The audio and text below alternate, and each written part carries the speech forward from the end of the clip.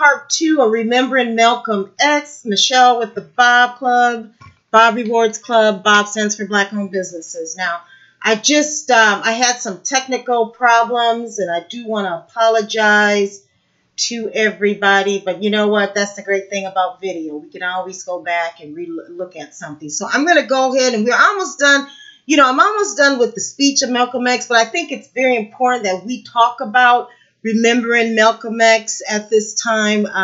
You know, we are seeing more awareness to Black issues, and we need to kind of talk about, you know, it's our time. It's our time to get some things done that we very much really need to get done here in America. And that is number one, getting our reparations that we deserve. Number 2 would be, let's deal with the justice system. Okay, and we can all do with it at the same time. But, you know, some things have got to change. So I am going to go ahead and we're going to get back into that speech. So here we go. It's, like I said, it's probably got about 7 minutes left. So our next move is to take the entire civil rights struggle into the United Nations.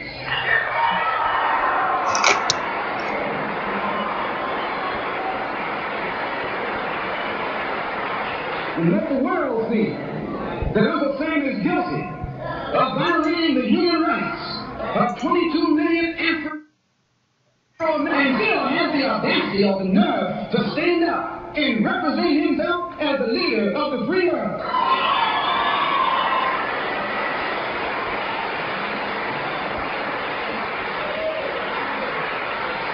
Not only is he a crook, he's a hypocrite. When he is standing up in front of other people, Uncle Sam, with the blood of young men, mothers and fathers on his hands. So remember now, he was getting down, he was getting on Martin Luther King, because Martin Luther King wasn't really getting nothing done. You can't even get civil when he, legislation. See, this man has got the nerve to stand up and talk about South Africa, or talk about Nazi Germany, or talk about Portugal. No more days like those. Remember, this is 1964. This is an important speech. So I say in my conclusion, the only way we're going to solve it, we got to unite in unity and harmony.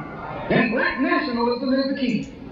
How are we going to overcome the tendency to be at each other's throats that always exists in our neighborhood? And the reason this tendency exists, the strategy of the white man has always been divide and conquer. He keeps us divided in order to conquer us. He tells you, I'm for separation and you for integration, and keep us fighting with each other. No, I'm not for separation and you're not for integration. What you and I are for is freedom.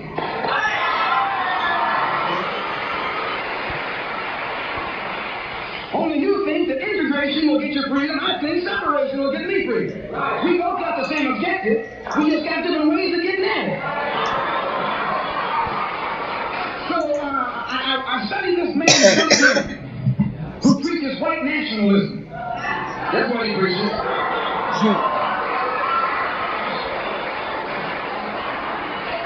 I say that's what he preaches. The whole church structure in this country is white nationalism. You go inside a white church, that's what they're preaching, white nationalism. They got Jesus white, Mary white, God white, everybody white. That's white nationalism. It's white nationalism. We already got white nationalism.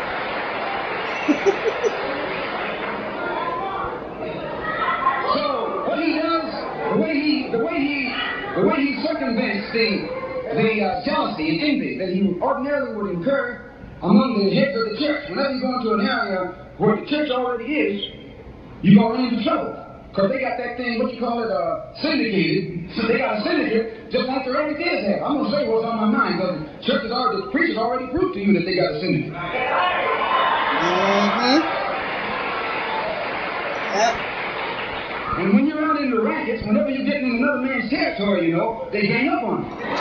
And that's the same way with you. You run into the same thing. So how Billy Graham gets around that, instead of going into somebody else's territory, like he's going to start a new church, he doesn't try and start a church. He just goes in preaching Christ.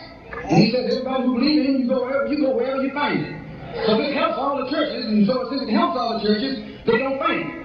Well, we're going to do the same thing, only our gospel is black nationalism. His gospel is white nationalism, our gospel is black nationalism. And the gospel of black nationalism, as I told you, means you should control your own, the politics of your community, the economy of your community, and all of the society in which you live should be under your control. So where do you think Dr. Claude Anderson got his rhetoric from? Listen to exactly what he just said. That's exactly what Dr. Claude Anderson talks about in all his books. That's his message. This is the Malcolm X message. You feel that this philosophy will solve your problem, go join any church where it's preached. Don't join a church where white nationalism is preached. Now you can go to a Negro church and be exposed to white nationalism. So when you walk in a Negro church and a white Mary and some white angels, that Negro church is preaching white nationalism. That's right. White nationalism. It's everywhere in America. But when you go to a church and you see the pastor of that church with a philosophy and a program that's designed to bring black people together and elevate black people, join that church. Join that church.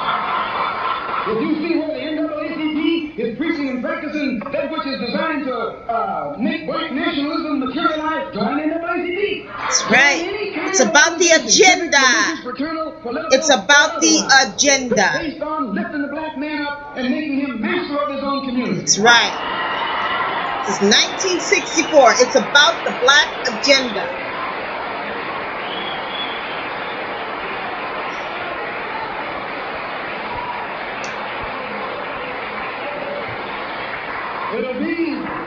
It'll be the ballot, or it'll be the book.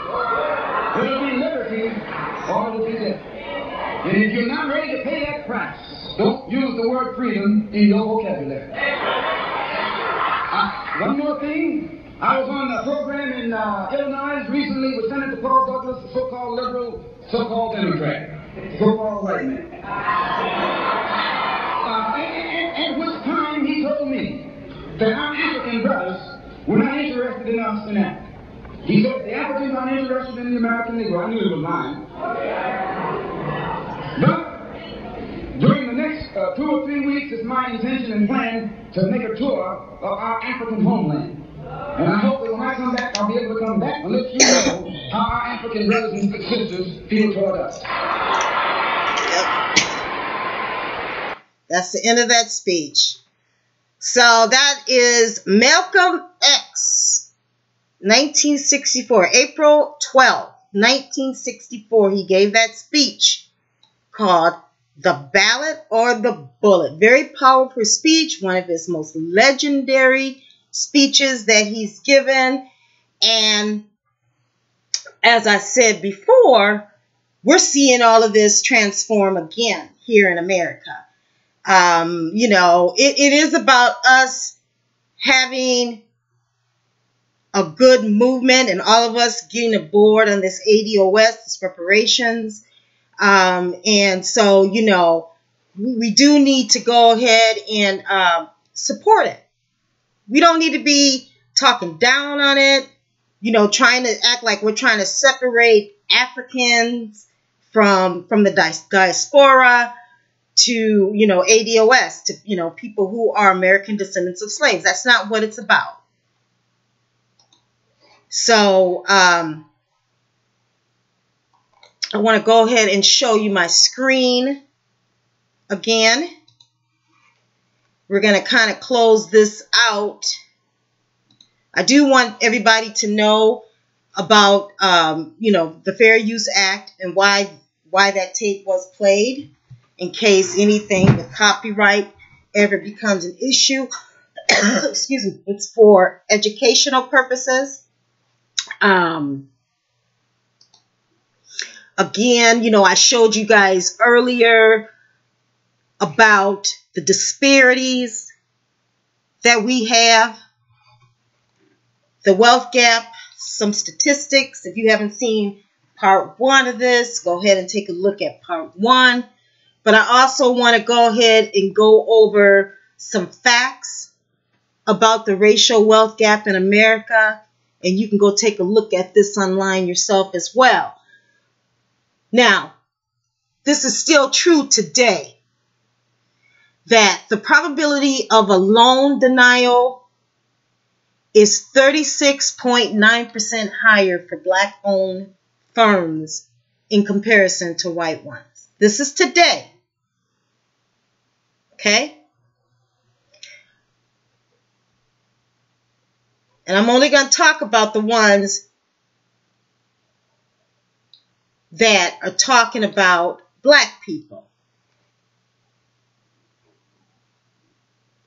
So in 2013, the median net worth of African American households was $11,000, and for Latinos, and for whites, for Latino households, it was $13,700. So I kind of talked about that earlier, why it is higher for them, because they own more businesses. But for white households, it was $141,900. So look how big that gap is. That's a big gap. The Center for American Progress, this is where that came from. That was in October of 2016. Okay? In the late 2016, the homeownership rate for white households was 72%, while it was less than 42% for Black households, and 46% for Latino households. Okay? In the wake of the housing crash, in the Great Recession of 2008, the median white family lost 16% of their wealth, while the median Black family lost 53%, and the median Latino family lost 66% of their wealth. Well, why do you suppose that is? I mean, think about these things. Think about our economics and how we run economics in our communities versus in the Latino communities. Everybody got hurt, but we got hurt the worst in 2008. So you can go to this website and take a look at this yourself.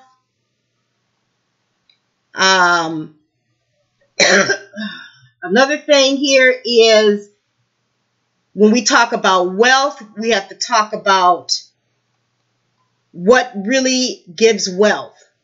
We have to talk about investments. We have to talk about businesses. We have to talk about land.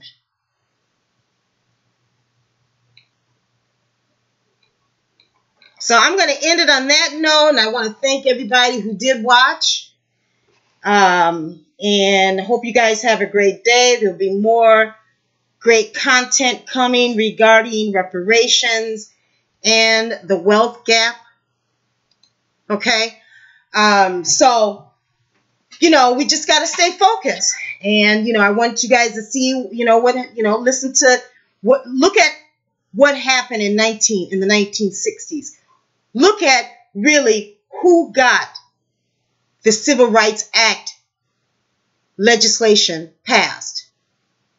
And it was a lot of that, I would say, needs to go to Malcolm X on his Black nationalist ideology. Okay, when we start thinking Black, we start behaving like we're Black and putting Black first, thinking about our communities, investing in our communities. When we tell the politicians that we want a Black agenda, that's what we need to focus on, that we need to stay steadfast on that. So again, thank you, and share, like this video. Please, if you're not subscribing to our channel, please subscribe to our channel, and have a good day.